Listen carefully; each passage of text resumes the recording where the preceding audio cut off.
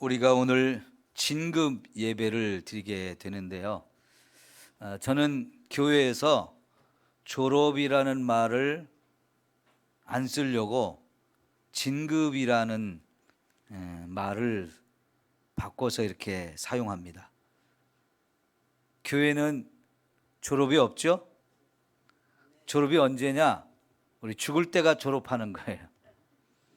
그러니까 교회에서 졸업은 없다 생각하시고 저와 여러분은 계속해서 믿음이 자라고 또 자라고, 그래서 교회에서는 계속 진급만 하는 이런 은혜가 있어야 할 줄 믿습니다.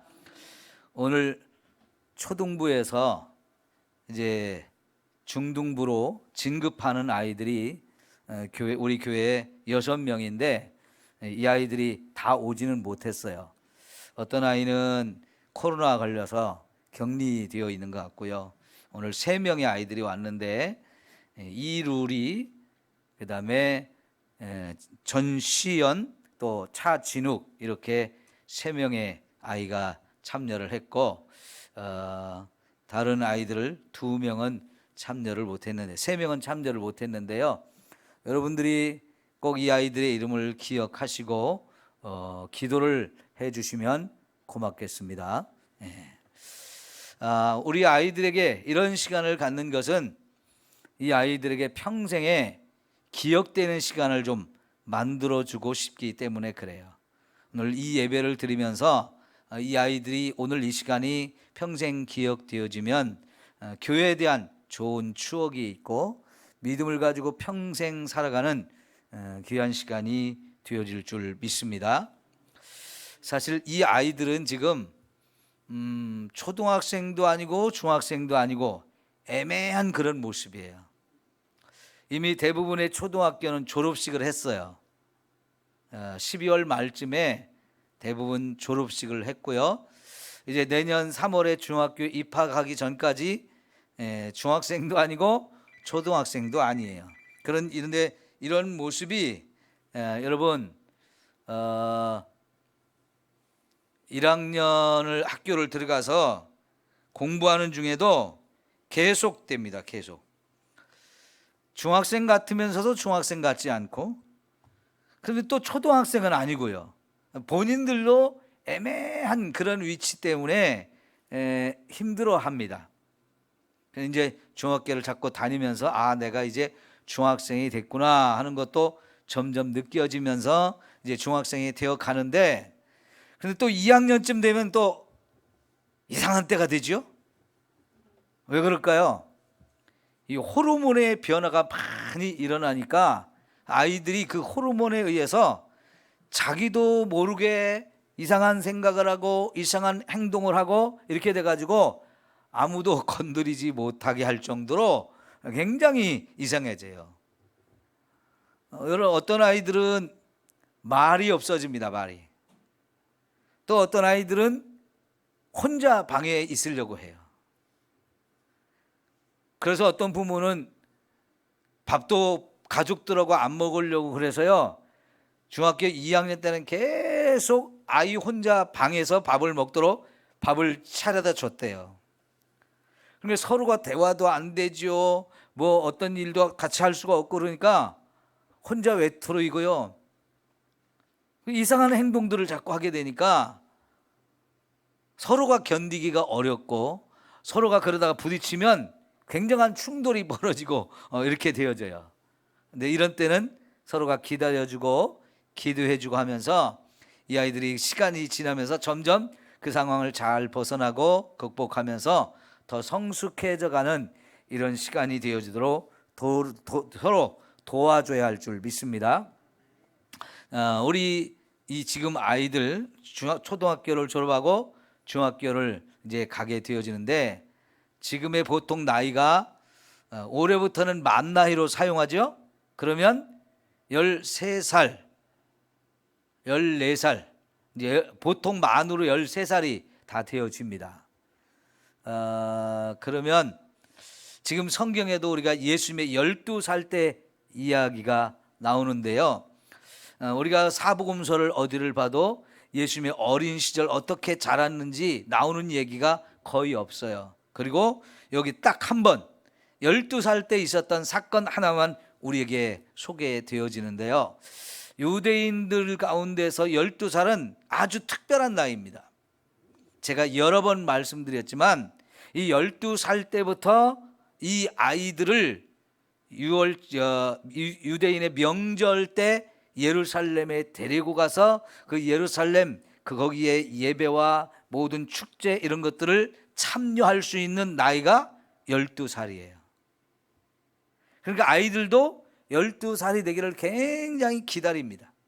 그리고 또 하나는 12살, 13살이 되어지면 대부분의 아이들은 창세기에서부터 신명기까지 말씀을 외워가지고 그게 다 끝나는 시기가 되어지면서 그때 이제 성인식을 하게 되면서 성인식이 끝나면 그때 이제 아이들을 말씀의 아들, 말씀의 딸 이렇게 새롭게 그 아이들의 별명을 붙여주면서 이제부터는 말씀을 따라 살아야 된다, 말씀을 더 많이 배워야 된다 하면서 이제 아이들의 자라는 과정 속에서 상당히 중요한 나이가 12살, 13살입니다. 그러니까 지금 우리의 초등학교를 졸업하고 중학교를 졸업하는 이때 아이들의 모습이라고 볼 수 있는데, 자 여러분, 전 세계적으로 가장 훌륭한 교육 방법을 유대인의 교육 방법이라고 해요. 그래서 미국에 있는 하버드라고 하는 아주 대단한 학교에서는 유대인들에 대한 연구를 다양하게 하고 있는데요. 특별히 유대인들이 자녀들 교육을 어떻게 시키는가, 아이들 학교 공부를 어떻게 시키는가, 이런 것들을 굉장히 많이 연구를 했고 거기서 많은 좋은 결과들을 얻어가지고 전 세계 많은 사람들한테 엄청난 영향력을 끼치고 있거든요. 특별히 보면 여러분, 유대인들 가운데에서 전 세계에 노벨상을 탄 사람이 가장 많잖아요. 숫자는 얼마 안 되는데, 유대인이라고 하는 전체 숫자는 전 세계 인구 가운데 얼마 안 되는데, 그 얼마 안 되는 사람들 가운데 전 세계 노벨상을 상당히 많은 부분을 유대인들이 탔거든요. 거기에는 그 아이들에 대한 교육의 비밀이 있다는 것을 많은 사람들이 알고, 그 유대인들의 교육 방법이 뭘까 굉장히 궁금해 하는데요. 오늘 예수님을 통해서 그런 부분들을 우리가 볼 수 있다고 하는 거예요. 자, 여러분, 40절과 52절을 보면 매우 비슷한 얘기가 두 번 되어지고 있는데요. 아기가 자랐다, 그리고 강해졌다, 그리고 지혜가 충만해지고 하나님의 은혜가 그 위에 임하였다라고 표현하고 있는데, 자, 이것은요, 사람이 키만 자라갖고는 안 된다는 걸 얘기하는 겁니다. 키도 자라면서 또 뭐가 있어야 되냐면 강해져야 한다는 거예요. 근데 그것만 가지고 또 안 되고 거기에 지혜도 더해져야 되고요, 거기서 하나님과의 관계도 계속해서 성장하는 이런 부분이 필요한데, 그러니까 저나 여러분이나 이 세상의 모든 사람은 자라는 과정 속에서 한 가지만 특출나게 잘해갖고는 안 되고요, 이렇게 골고루 몸도 자라고 건강도 있어야 되고 지혜도 있어야 되고 하나님과의 관계 속에서 하나님이 주시는 믿음, 그리고 하나님과의 사랑, 이런 것도 계속해서 자라가야 된다라고 우리에게 가르쳐 주죠. 밥만 먹으면요 키는 크게 돼 있어요. 근데 여러분, 밥만 먹여줍니까? 밥만 가지고는 영양이 부족하기 때문에 거기에 고기도 먹으려고 하고 야채도 먹어야 되고 생선도 먹어야 되고 이것저것 과일도 먹고 간식도 먹고 다양한 것을 우리가 먹어야 됩니다. 왜 그렇습니까? 입만 즐거우려고 그런 게 아니잖아요. 골고루 먹으면서 몸이 건강해져야 되기 때문에 그렇게 하는 거지요. 그런데 아이들 그렇게 몸도 자라고 강건해지면 그게 다가 아니잖아요.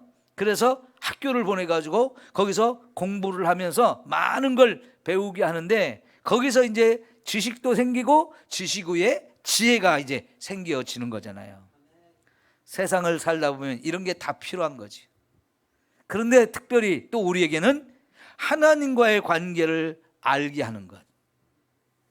하나님이 우리 아버지가 되고 예수님이 우리의 구원자가 되시고, 그래서 하나님을 우리가 믿을 때 그 하나님의 자녀가 되고 우리는 하나님의 사랑과 은혜를 계속 누리면서 이 세상에 살아가야 하는 존재라는 것을 이렇게 깨닫게 되는데, 예수님이 키도 잘하고 강건해지고 지혜도 잘하고 하나님의 사랑도 더 많이 받으면서 이렇게 살아가도록 이렇게 건강하게 자랐다는 거죠. 그 52절에도 예수는 지혜도 잘하고 키도 잘했다는 거죠. 거기에 더불어서 하나님과 사람에게 더욱 사랑스러워 가시더라 그랬는데, 여러분, 이 세상에 살면서 또 하나 중요한 것이 뭐냐면 다른 사람과의 관계예요. 얼마만큼 사람들과의 관계를 잘 맺어서 다른 사람들이 나를 사랑해 주는 것도 깨닫고, 그래서 나도 또 다른 사람을 사랑해 주는 이런 사람과의 관계를 잘 맺고 가는 거 너무너무 중요한 거죠.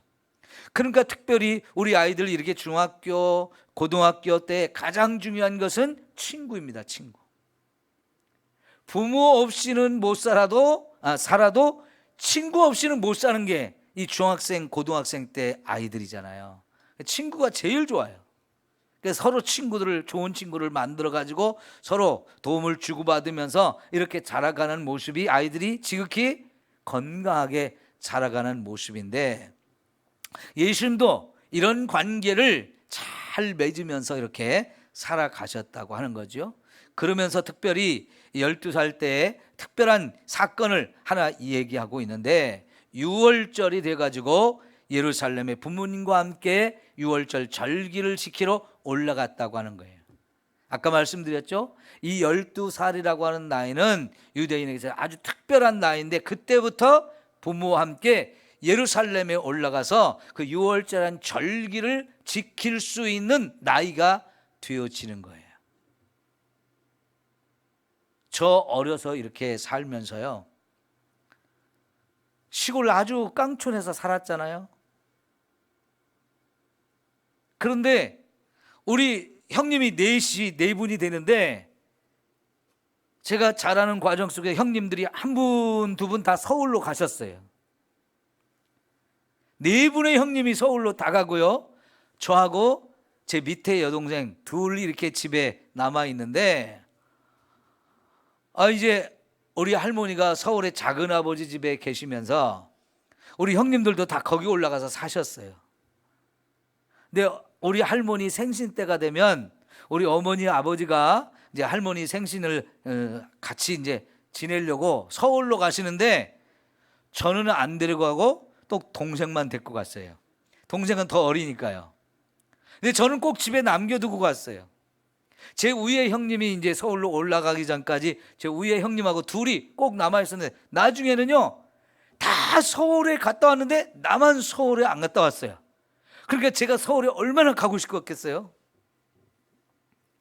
중학교 졸업하고 고등학교 가기 전 그 겨울방학 때 처음으로 서울을 한번 올라와 봤거든요. 제가 살던 그 부여 깡촌하고는 서울이 너무나 다르잖아요. 신기하고 놀랍고 그랬는데요. 아마 우리 아이들도 요만한 나이에는 그런 서울이라든가 이런 데 구경 가고 싶은 마음이 굉장히 클 거예요. 근데 예수님도 그 예루살렘이라고 하는 가장 큰 도시, 수도, 거기를 정말 가고 싶었을 거예요. 늘 시골 저 갈릴리 나사렛이라고 하는 곳에서 살다가 그 예루살렘에 가는 것이 늘 그리워하는 것이었는데, 드디어 12살이 되어가지고 예루살렘에 딱 가셨단 말이에요. 그런데 예수님이 그 예루살렘에 가서 많은 사람들이 모여서 이 명절을 지내는 걸 구경도 하면서 사람 구경, 예배 구경 뭐 이런 것들을 막 봤으니까, 여러분 12살이 되기 전까지 유대인들이 결국 시골에 살았다면 성전에서 제물을 잡아가지고 제사 드리는 거 한 번도 본 적이 없단 말이에요. 유대인의 제사는 제물을 잡아서 번제단에서 막 태우고 그 피를 가지고 뿌리는 그런 여러 가지 의식들이 있잖아요. 근데 이것은 예루살렘에 가야만, 성전에 가야만 볼 수 있는 건데 그때까지 어린 아이들은요 한 번도 그걸 구경하지 못했단 말이죠. 그러니까 그 예루살렘에 가보고 싶고 사람 구경하고 싶고 성전도 가서 보고 싶고 성전에서 진행되는 그 제사 드리는 것도 얼마나 보고 싶었겠어요. 그런데 거기 또 하나 또 보고 싶은 것은 그 예루살렘에 가면 대단한 랍비들, 교사, 선생님들이 있단 말이에요. 저 시골에서는 구경할 수 없는 너무나 귀한 선생님들이 있단 말이에요. 제가 고등학교 1학년이 돼가지고요, 학교에서 이제 수업을 하는데 수학 선생님이 수학을 너무 이상하게 가르쳤어요. 여러분, 수학은 문제를 풀어봐야 실력이 늘잖아요. 근데 우리 고등학교 선생님, 1학년 때 선생님은 수학을 국어 교과서처럼 읽으면서 가르치시는 분이었어요. 칠판에 문제 하나도 안 쓰고 문제풀이 하나도 안 해요. 그리고 국어책 읽듯이 그냥 교과서 한번 읽어주는 게 끝이었어요. 그러니까 여러분, 수학을 제대로 배웠겠어요? 못 배웠겠어요? 그래서 제가 화가 나고 속상해요. 중학교 때까지만 해도 수학 공부 정말 열심히 하고 많이 했거든요. 근데 고등학교 가니까 수학을 그렇게 책을 읽어주는 걸로 끝나니까 이게 만족이 안 되는 거예요. 저희 학교 다닐 때는 그래서 대부분의 학생들이 해법 수학이라든가 수학의 정석 이런 책들을 사가지고 이제 혼자 공부들을 많이 했어요. 근데 그런 책들이 수학 정석 같은 건 어렵기 때문에 혼자 공부해가지고 해결이 안 되는 부분이 많이 나와요. 근데 그걸 해결을 해야 수학 실력이 올라가는데요, 학교에서는 도저히 이게 안 되는 거예요. 그래가지고 제가 학원을 가보고 싶어가지고 돈을 마련해가지고 학원을 가봤어요. 근데 학원 선생님도 별로 실력이 없어요. 근데 제가 겨울방학이 돼가지고 서울에 올라오라고 형님이 그래가지고 갔더니 저를 서울 종로에 있는 학원을 보내줬어요. 갔는데요, 완전 선생님 실력이 너무나 다른 거예요. 한 번도 보지 못한 실력으로 수학을 가르치는데 너무너무 잘 가르쳐요. 제가 뿅 갔어요. 야, 수학을 저렇게 잘 가르치는 선생님이 있구나. 방학 때 열심히 다니고는 다시 이제 대전으로 가서 공부를 하고 그 다음 방학이 또 기다려지는 거예요. 가서 또 수학을 가서 들어보고 싶어가지고요. 예수님에게도 그런 것이 있었을 거예요. 시골에서 부모님과 함께 성경을 암송하는 일을 계속 해왔는데 이제 12살이 돼서 말씀을 다 암송하고 성인식을 해서 이제 학교 공부가 어떻게 바뀌어지냐면 드디어 지금까지 외운 말씀이 무슨 뜻인지 그거를 이제 깨닫는 공부를 하는데, 그것을 위해서는 토론을 하는 거예요. 토론. 몇몇 사람이 모여서 항상 사람이 몇 앉으면 몇 장 몇 절, 성경 몇 장 몇 절은 그게 무슨 뜻이냐, 자꾸 그런 이야기를 주고받으면서 끊임없이 토론을 해요. 나는 이렇게 깨달았다, 나는 이렇게 생각한다 하면서 다른 사람 너는 어떻게 생각하냐면서 늘 자기들 깨달은 이야기들을 자꾸 하는 거예요. 그게 12살, 13살 때부터 시작이 되어지거든요. 근데 예수님이 시골에서 제대로 그렇게 배우지 못하다가 저 예루살렘에 가면 최고의 선생님들이 있는데 그 선생님들한테 배워보고 싶은 이 열정이 예수님에게 있었던 것 같아요. 그 명절이 다 끝나고 사람들이 집으로 돌아가고 부모님도 다 가는데 예수님은 부모님에게 말도 안 하고 성전에 앉아가지고 그 랍비들의 선생님들의 강의를 막 들으면서 질문도 하고 그 자기도 질문을 받으면 또 대답도 하고 이러면서 3일을 거기 있었다는 거지. 여러분, 우리 엄마들이 아이들을 학교로 보내면서 꼭 아이들한테 당부하는 얘기가 있는데 뭐냐면 오늘 학교 가서 선생님이 말씀하시는 거 잘 들어야 돼. 이걸 늘 많이 강조해요. 선생님 말씀을 잘 들으라고. 그런데요, 유대인의 어머니들은 전혀 다른 얘기를 합니다. 오늘 학교 가서 선생님한테 질문을 많이 해라 그렇게 그랬죠. 질문을 많이 하라고요. 왜 그럴까요? 질문을 한다는 얘기는 아이가 오늘 배울 걸 많이 생각해야 질문이 나와요. 그리고 질문을 하면 궁금증이 생기고요. 그 궁금증이 생긴 걸 가지고 질문했을 때 또 선생님이 하시는 말씀을 들으면 그게 바로 이해가 돼요. 그러니까 아이가 자꾸 질문할 거를 만들어야 되는 거예요. 그러니까 엄마가 아이들한테 오늘 학교 가서 너 질문 많이 해야 돼. 매일 그걸 얘기하니까요. 아이들이 집에 있을 때는 언제든지 계속 질문할 것이 머릿속에 생각나는 거예요. 그리고는 그 궁금한 것을 학교 가서 선생님한테 자꾸 물어보는 거예요. 선생님, 이거는 왜 그래요? 이거는 뭐예요? 자꾸 물어보죠. 그러면 엄청나게 배움이 깊어지고 빨라지는 거예요. 유대인들은 그래서 서로 질문을 많이 하고 또 대답을 하고 질문을 많이 하고 대답하고 이런 걸 엄청나게 많이 하는 겁니다. 그게 유대인들의 가장 교육의 장점이에요.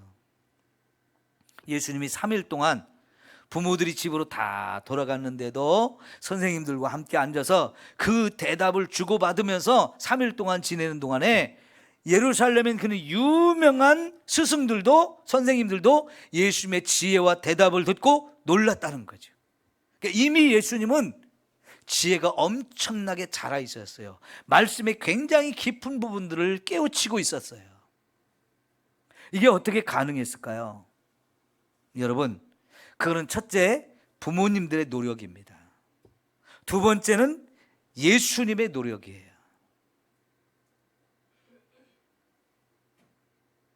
여러분, 우리 아이들을 교회에서 선생님들이 지금 신앙의 교육을 시키는데 이 부분을 우리 선생님들이 정말 중요하게 생각하고 이 사명이 얼마나 귀한지를 알고 아이들에게 정말로 제대로 하나님의 말씀을 잘 가르쳐서 하나님을 제대로 믿는 아이들로 세울 수 있도록 선생님들이 노력을 많이 해야 돼요. 그러니 우리 선생님들에게 가진 이 사명이 얼마나 큰 사명입니까? 이 선생님들을 위해서도 우리가 기도를 많이 해줘야 돼요. 특별히 이제 우리 아이들이 중등부로 올라가게 되면서 한 단계 더 진급이 되어졌는데 진짜 믿음의 진보가 이루어지도록 우리 선생님들 더 열심히 책임지고 잘 가르쳐야 할 줄 믿습니다. 그리고 더불어서 여러분 가정에서도 정말 부모로서 열심히 우리 아이들의 많은 이 다양한 부분의 교육이 이루어지도록 다양한 부분에서 진급이 되어지도록 성장할 수 있도록 모든 걸 도와줘야 돼요. 그래서 우리 아이들이 예수님을 닮아가는 그런 아이들이 되었으면 좋겠습니다. 예수님은 이 세상 모든 사람들의 최고의 모델입니다. 그래서 성경이 예수님이 아주 어린 갓난 아기로부터 어떻게 자랐는지 또 12살 이후에 또 어떻게 자랐는지 이거를 40절하고 52절에 딱 두 절로 요약을 내서 딱 우리에게 전해주고 있거든요. 이것이 정말 교육에 또 아이들의 자라는 데 있어서 다양한 부분에 골고루 이렇게 균형을 맞춘 성장이 필요하다는 걸 강조하는데요. 예수님이 그렇게 잘하셨어요. 특별히 예수님이 이 12살 때의 체험은 첫째는 말씀 중심으로 살았다는 겁니다. 지금도 유대인들은 학교를 가면 초등학교 때는 다른 과목 하나도 안 가르칩니다. 오직 성경만 가르칩니다. 중학생쯤 되면 학교에서 이제 점심 먹기 오전에는 계속 성경만 가르치고요. 점심 먹고 나서 국어 조금 가르치고 수학 조금 가르치고 뭐 다른 거 한 두세 과목 더 가르치고 그러고 딱 끝나요. 여전히 하나님 말씀 교육이 집에서도 제일 중요한 것이고 학교 가서도 역시 말씀을 가르치는 게 제일 중요한 교육이에요. 심지어 좀 보수적인 유대인들은요, 일반 학교를 보내지 않고 말씀만 가르치는 율법 학교로 보낸다는 거예요. 그러니까 학교 하루 종일 있어도 계속 말씀만 배우는 그런 학교가 되는 거예요. 그래도 아이들은 어마어마한 지혜가 자라서 아이들이 훌륭한 사람들이 되어진다는 거죠. 여기에 하나님의 축복과 보상이 따르는데요. 유대인의 어머니들은요, 어려서부터 아이들한테 말씀을 계속 암송시키는 걸 엄마가 계속 가르쳐가지고 엄마와 함께 아이가 암송을 하거든요. 그런데 이제 머리로 암송할 뿐만 아니라 이 암송하는 말씀을 자꾸 또 보고 성경을 읽어야 되는데, 우리도 성경이 잘 안 나오고 하면 침을 바르죠. 손가락에 침을 발라서 이렇게 성경을 넘겨요. 그런데 그때 이 손가락으로 침을 발라서 이렇게 넘기는 부분에다가 유대인의 엄마들이 꿀물을 살짝 발라놓은대요. 그러면 이 손가락에 침이 묻혀가지고 이렇게 하고 또 그 다음에 이 손가락을 입에 대면 어떻게 했어요? 단맛이 느껴지잖아요. 그래서 아이들한테 성경은 꿀맛이 난다, 네? 성경은 꿀맛이 난다, 이런 걸 느끼게 한다는 거예요. 실제로 다윗은 하나님의 말씀이 꿀과 꿀수보다 더 달다고 그랬잖아요. 그것도 어린아이에게 작은 보상이에요. 그래서 아이가 자꾸 이 단맛이 나니까 성경을 자꾸 넘기는 거예요. 읽고 또 넘기는 거예요. 그러면서 꿀맛을 자꾸 보게 하는 거. 성경은 꿀맛이 나는구나, 자꾸 이런 것을 느끼게 해주는 거죠. 하나님도요, 말씀을 계속 이렇게 외우다 보면 어느 순간에 엄청난 지혜를 하나님이 주시는데, 대부분의 유대인의 어린아이들이 말씀을 외우다가 경험하는 것이 뭐냐면 어느 순간 머리가 뻥 뚫리는 경험을 하는데요, 그때부터 지혜가 엄청나게 주어져서, 전에는 성경 외우는 게 그렇게 시간이 많이 걸리고 어렵고 지겨운 것이었는데 이제 그렇게 하나님이 하늘로부터 지혜를 주시고 나면 한 번, 두 번만 읽어도 다 외워진다는 거예요. 이게 하나님이 엄청난 선물을 주는 거죠. 어떤 사람에게? 말씀을 계속 외우는 사람에게 하나님이 그런 엄청난 지혜를 줘요. 그리고요, 부모와 이웃들도 선물을 주는데, 이 12살, 13살 때까지 성경을 다 외우잖아요. 그러고 나면 성인식을 할 때 온 동네 사람들이 모여서 축하를 하며 잔치를 벌리는데, 그때 동네 사람마다 돈을 가지고 와서 축하금을 준다는 거예요. 돈을 가지고 축하금을 주는데 그 돈이 장난이 아닌 거예요.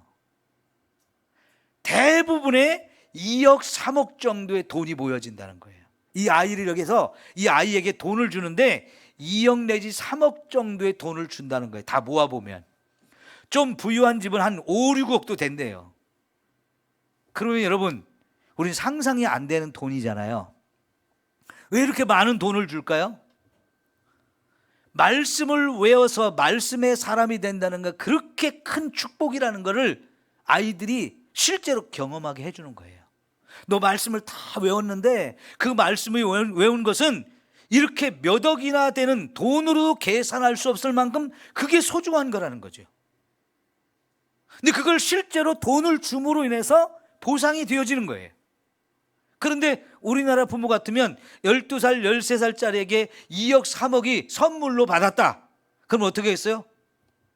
그 돈은 엄마가 관리해 줄게, 아빠가 관리해 줄게. 그러면서 아이들 못 쓰게 하잖아요.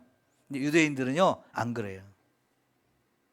이제는 말씀을 다 외웠기 때문에 2억, 3억을 이제 네가 계획하고 판단해서 써야 될 곳에 쓸 수 있는 그런 자격이 생겼다라고 하면서 부모가 전혀 그 돈을 관리하지 않고 아이한테 다 준다는 겁니다.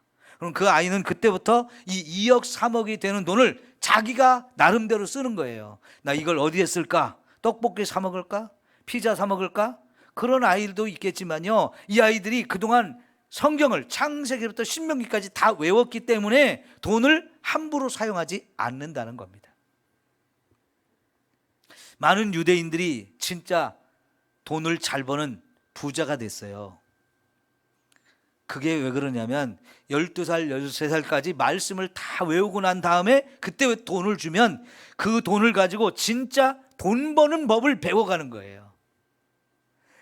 100만 원을 어디에 썼을 때 기쁨이 있고 100만 원을 어디에 썼을 때 그것이 내게 200만 원이 되어 돌아오는지, 이런 것들을 아이들이 쓰면서 배우는 거예요. 물론 아이들이 헛된 데 쓰는 데도 있고요, 잘못 쓰는 데도 있고 하지만 그것도 다 경험해야 된다는 거지요. 무조건 성공하는 것만 배우면 실패를 경험했을 때 일어서지 못하는데, 실패도 적절히 경험을 할 때 이 아이들이 다음에 더 큰 실패를 했을 때 그거를 이길 수 있고 실패하지 않는 법도 배우게 된다는 거죠. 그러니까 2억 3억이 되는 돈을 자기 마음대로 한번 써보는 거예요. 그러다 보면 아, 이렇게 쓰면 망하는 거구나, 이렇게 쓰면 욕을 먹는 거구나, 이렇게 쓰면 잘못하는 거구나, 이런 것도 배우는 거지요.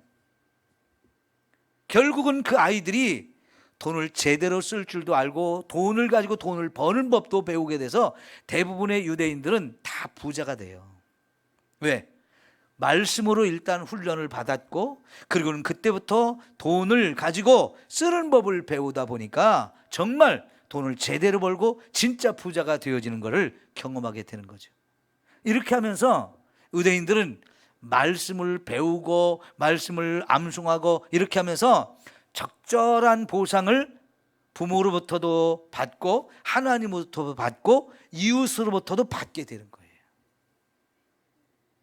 우리 아이들이 이렇게 교회 안에서 하나님 말씀을 배우면서 믿음으로 자란다는 거, 그래서 초등학생을 이제 졸업하고 중학생이 되어진다는 거, 이게 벌써 진보하고 있고 자라고 있는 모습들인데 우리 아이들 함께 이렇게 모여서 어른들과 같이 예배 드리면서 기도해 줄 때 이 아이들이 정말 훌륭한 하나님의 일꾼으로 자라게 되어질 줄 믿습니다.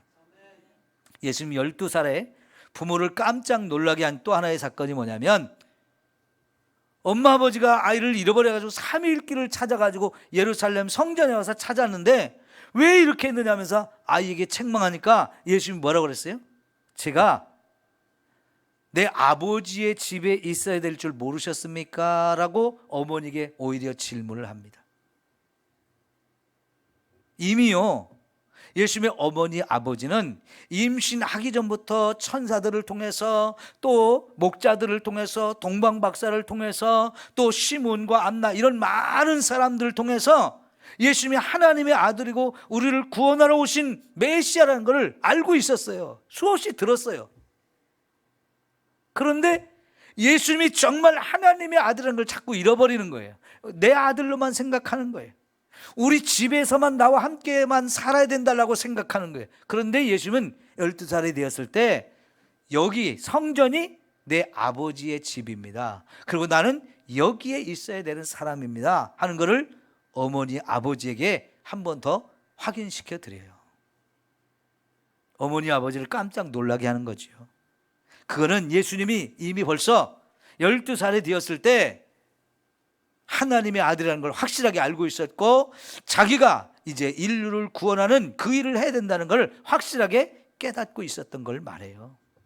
예수님이 얼마나 멋지게 아름답게 자라고 있는지를 우리에게 보여주는 거거든요. 이제 우리 아이들이 성경을 통해서 예수님도 알고 예수님을 믿는 사람들이 되어져야 합니다. 하나님도 알고 하나님을 만나면서 그 하나님의 말씀을 직접 귀로도 듣고 눈으로 읽고 배우면서 말씀의 사람으로 잘 자라게 되어지면 우리 아이들 모두가 하나님 앞에 큰 일꾼이 되어질 줄 믿습니다. 우리 루리, 시연이, 그 다음에 진욱이, 맞지? 예, 그래요.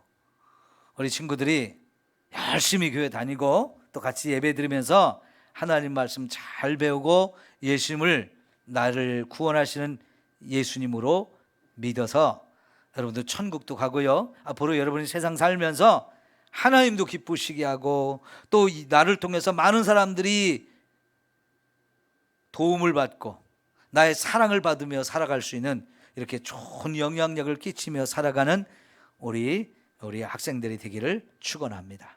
기도합시다.